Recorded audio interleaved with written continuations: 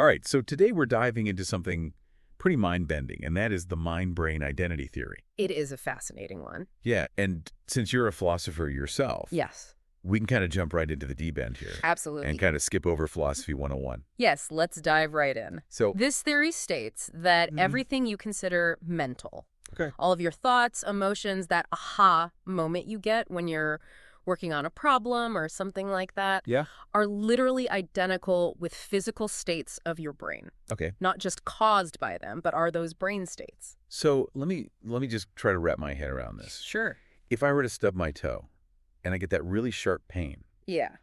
the identity theory is saying that it's not like the injury sends signals to my brain, which then creates pain.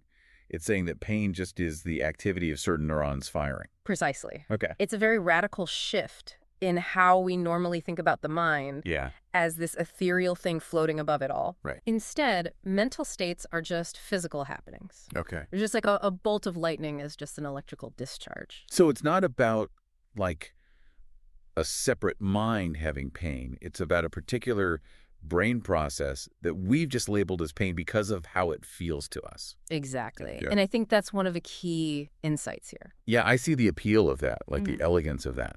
But Yes. where I get tripped up is, isn't there something fundamentally different between the subjective feeling of pain and just neurons firing? Yeah. You know, can physical stuff really encompass that whole richness of our inner world? That is the million-dollar question, and where I think things get really interesting, right? Okay. It's the problem of phenomenal properties or qualia that what it's like aspect of experience. Right. How can we say, like, the redness I experience when I'm looking at an apple is just some neurons firing? So one of the main ways the identity theory tries to answer this question is by appealing to what are called topic neutral properties. So for example, imagine a yellow after image. Okay. There is no actual yellow thing in your brain, but we still describe the experience as like seeing something yellow. So we're finding a description that kind of avoids saying it's either purely mental or purely physical. Exactly. Yeah. You know, the experience has properties describable from both perspectives. Okay, see. Without committing to either side. So Yeah. it's like finding this common language for these seemingly disparate realms. Okay, that's a cool way of thinking about it. Yeah. But then here's another thing that I get kind of hung up on with this. Yeah. How can I be wrong about feeling pain? Yeah. But scientists can misinterpret brain scans? Yeah. Like, if they're the same thing, shouldn't that certainty kind of transfer over? Right. That's an excellent point. And that's something that the theory needs to grapple with. And the way that it tries to deal with that is by noting that sensation reports are lower claims or lower level claims, right? So saying it looks like X is different from claiming X is the case. Okay. When we're talking about sensations, we're simply reporting our experience, not making a claim about the objective world. So it's more like, it looks like pain to me, which, yeah, okay. Exactly. A harder claim to be wrong about. Exactly. All right, cool, I'm following you. Okay. But let's not shy away from the elephant in the room here. Yes. Yeah. How does a purely physical system give rise to consciousness? Yes. Like, how does it give rise to that sense of me-ness, that there's an I that is experiencing this? That is the core challenge for the identity theory. Yeah, Absolutely. that seems like the biggest leap. Yes, and I think, one of the first things we need to do in order to start addressing that question is to sort of distinguish between awareness on the one hand, which is just the automatic processing of information, Okay. versus consciousness, which is that subjective experience. So my brain processing visual input is awareness, but the actual experience of seeing, of the world appearing to me, that's consciousness. Precisely. Okay, all right. And so one of the main figures in the identity theory, a philosopher named D.M. Armstrong, he likened consciousness to proprioception, which is our sense of body position, right? Right. So just as I know that my arm is raised without having to look at it, my brain knows its own state. Okay. And that's what gives rise to the me experiencing it. So my brain is aware of itself, and that's the me. That's the general idea. It's an interesting idea. Yeah. I'll give them that. Yeah. But it still feels like there's more to it, you know? Yeah. Like my conscious experience is more than my brain just being aware of itself. Right. And you're right to push on that because that is one of the places where I think the identity theory faces some serious challenges, and it's an ongoing Yeah. area of a debate. Another key thinker in this area was U.T. Place. And he had his own sort of model for how this might work, and he suggested that maybe what we have is what he called a zombie within. A zombie within. Yes. So a system that handles all of these tasks automatically without consciousness. Right. And consciousness only kicks in when there are problems or new situations Okay. that demand more processing power. So my zombie within is like, handling walking while I'm daydreaming. Exactly. And then if I trip, I'm suddenly very conscious. Exactly. Okay, I kind of like that analogy. Yeah. But surely other thinkers have raised some issues with this whole framework, right? No, absolutely. Yeah. The identity theory has its critics, Yeah. and these criticisms have forced really productive revisions, refinements. Okay. But I think we'll save those critiques and how the theories had to change and adapt in response to those for our next segment. That's good. Yeah. So now I think we should turn our attention to some of the most potent critiques of the mind-brain identity theory. Yeah, I imagine there's been a lot of pushback. As you might expect, when a theory this bold comes on the scene. Yeah. And, given that, we're all like philosophy nerds here. Yes. I'm really eager to dissect these arguments. Where do we even begin?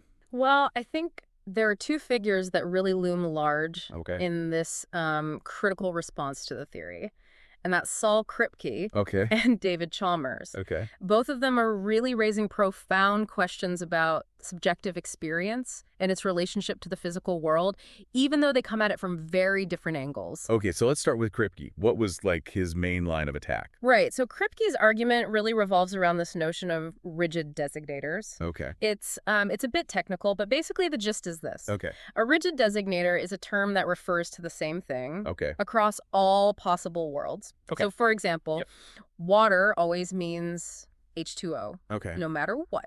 Yeah, so even if we imagine a world where the rivers are filled with some other liquid, we wouldn't call that water. Exactly. Okay, got it. Now, what Kripke says is if pain is identical to a certain brain state, then pain should also be a rigid designator. Okay. Meaning, if that brain state exists, it should be experienced as pain. So we couldn't have a world where that brain state occurs, but there's no feeling of pain. That seems counterintuitive. Couldn't we imagine a world where, the brain activity's happening, but that subjective feeling is absent? And that's precisely Kripke's point. Okay. He's arguing that the seemingly contingent link between mental state and brain state is just an illusion. Okay. Because if they're truly identical, you can't pull them apart. Okay, that's a tough one to counter. Yeah. How do defenders of the identity theory kind of respond to that? Well, remember we were talking earlier about consciousness as a kind of higher order perception? Right. So one way to respond to this is to say, look, the brain state itself could exist without it being consciously perceived. So it's like my brain registers a toothache. Yeah. But if that information doesn't kind of make it up to the, to the control room, then I don't actually experience it. Yeah, it's like it's there, but it's not being broadcasted to the conscious self. Okay. So it's that higher order perception, that brain's awareness of its own state. Okay. That's maybe what's missing in Kripke's scenario. Okay, that's a pretty clever way of getting around that issue. Yeah. So what about Chalmers then? I mean, he's practically synonymous with the hard problem of consciousness. Exactly. Chalmers is all about those qualia, right? Those raw feels, those subjective qualities. Right. It's not just that I see red. Yeah. It's what its likeness of seeing red. Exactly. Yeah. And he's saying no matter how well we map the brain, that's something that we'll just never be able to fully capture. That's the essence of his argument. Okay. And he's very famous, of course, for this thought experiment, the philosophical zombie. Right, those philosophical zombies. Yeah, so imagine a being that's physically identical to us, but without consciousness. Okay. Without qualia. Yeah, those thought experiments always kind of creep me out a little bit, but I see the point. If they're physically identical, then how would we ever know? Exactly. How would we know if they weren't experiencing the world the same way? Exactly, and that's how he's highlighting what he calls the hard problem, right? Yeah. explaining how these physical processes give rise to subjective experience. So is he saying that consciousness is like some kind of soul or like a non-physical essence? Not quite. He calls his view naturalistic dualism. Naturalistic dualism. Okay. Right, so it's kind of a middle ground. Okay. He's proposing that qualia are non-physical properties, Okay. but not supernatural. Okay. So they might be fundamental, like mass or charge, right? Okay. Okay. And that they interact with physical systems, including brains. So not ghosts in the machine, but like something else entirely that we just don't really have a good grasp on yet. Yeah, exactly. But then that raises this question, right? Yeah. If they're non-physical, how do we become aware of them? Right. We were talking before about consciousness as the brain sensing its own states. Right. But how do we sense something that's non-physical? Yeah, that's a huge issue. And so Yeah. Chalmers introduces what he calls the principle of coherence. Okay. And this principle basically says that there's this very tight relationship between brain processes and the sequence of conscious experiences. So even if we don't quite understand like the exact connection, Yeah, they kind of run parallel to each other. exactly. Yeah. But whether that really explains how we access these non-physical qualia Yeah. is a matter of ongoing debate. It sounds like we've gone pretty far down the rabbit hole here. Have we like lost sight of the big picture? Not at all. I think this exploration has been crucial because what we're seeing is that the mind-brain identity theory, while it offers this very powerful Yeah. and refreshingly straightforward explanation for the mind, Yeah. it also faces these really tough challenges when it comes to consciousness. Yeah. No, I'm struck by how, even just like engaging with this theory really forces us to confront what we even mean by like subjective experience. Yeah. Like if it is just brain activity, like how do we account for what it feels like to experience the world? Exactly. And I think that gets to the heart of why philosophy of mind is so captivating, right? We're Yeah. trying to grasp at the nature of our own being, Yeah. our connection to the world, and Yeah. ultimately what it means to be human. Deep stuff. Yeah. So where do we go from here? Like what are some of the implications of like this theory for how we see ourselves, how we see the world? Well, one of the big implications is that it really undermines the traditional mind-body split. Okay.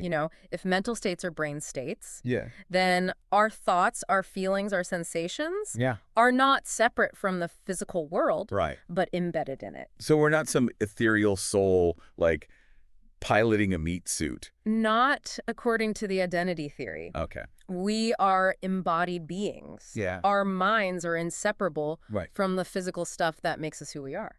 I mean, that has massive implications for how we think about like personal identity, free will, morality, Absolutely. like all the big stuff. All the big questions, yeah.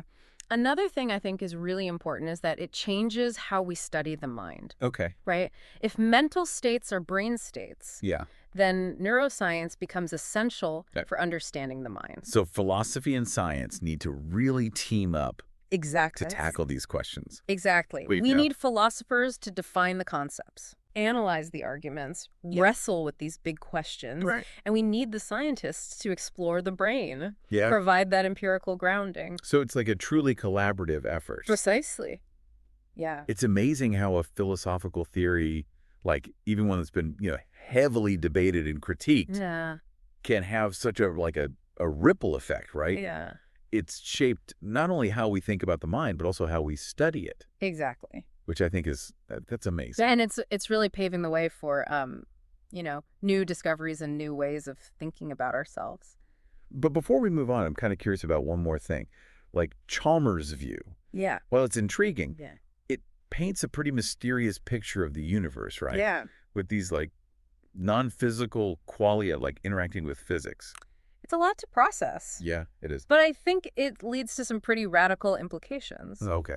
If qualia are like fundamental to the universe, Yeah. could consciousness be a lot more widespread than we typically think? Are you talking about like panpsychism? Precisely. Like that everything has some level of consciousness? Yeah, Chalmers himself actually kind of flirts with this idea Right. that even like a thermostat Right. might have some kind of like rudimentary proto-qualia. Okay. And so if that's the case, then consciousness might be woven into the very fabric of reality. So like trees, rocks, stars. Yeah. They're all like experiencing the world in their own way. It's a possibility that some philosophers are taking very seriously. Wow, that's Yeah, it right. raises Thrill. it raises a whole other set of questions about what these different forms of consciousness would be like Yeah, and how they interact with the physical world. I think that's a deep dive for another day. Yes, definitely. But it's amazing how even just like exploring this one theory, the mind-brain identity theory, has opened up all of these like vast and kind of mind-boggling possibilities. Absolutely. And that's the beauty of philosophy, right? Yeah. It's challenging our assumptions, it's expanding our horizons, Yeah. and it's really making us contemplate the mysteries of existence. But I think we should shift gears now Okay. and explore like the lasting legacy of the identity theory. Right. How has it really shaped the landscape of philosophy of mind? Yeah, that's a great question. And I think that'll be a story for our final segment. All right. So we've journeyed through like all the big ideas of the mind-brain identity theory. Yeah. We've wrestled with some of its biggest criticisms, We have. and we've even gotten a glimpse of like the really mind-boggling implications Yeah. for our understanding of consciousness. It can get pretty out there Yeah. pretty quickly. But now I think it's time to reflect on like the theory's legacy, Yes, I agree. because even with all the debate it sparked, Yeah. there's no denying that's had a huge impact on philosophy of mind. So how has this theory, even with its critics, like shaped the way that we think about the mind today? Well, I think one of the biggest shifts it brought about was this real push for greater precision and rigor when we're talking about mental states. You know, Yeah. thinkers like Place and Smart, Yeah. they were determined to like ground mental concepts in something tangible, something observable, Right. those brain processes. So before the identity theory came along, Yeah. were discussions about the mind a bit more, I don't know, like nebulous? I think in some ways, yes. Okay. You know, there was a lot of talk about the mind as this separate, Okay. non-physical entity. Yeah. And while there were certainly sophisticated theories out there about how the mind and body interacted, Yeah. I think they often relied on like more vague Yeah. or metaphorical language. So the identity theory was like, hey, if we want to really talk about the mind, we got to like get down to the nitty-gritty of the brain. Exactly. It was a call for clarity, for a more scientific approach to studying the mind. Yeah.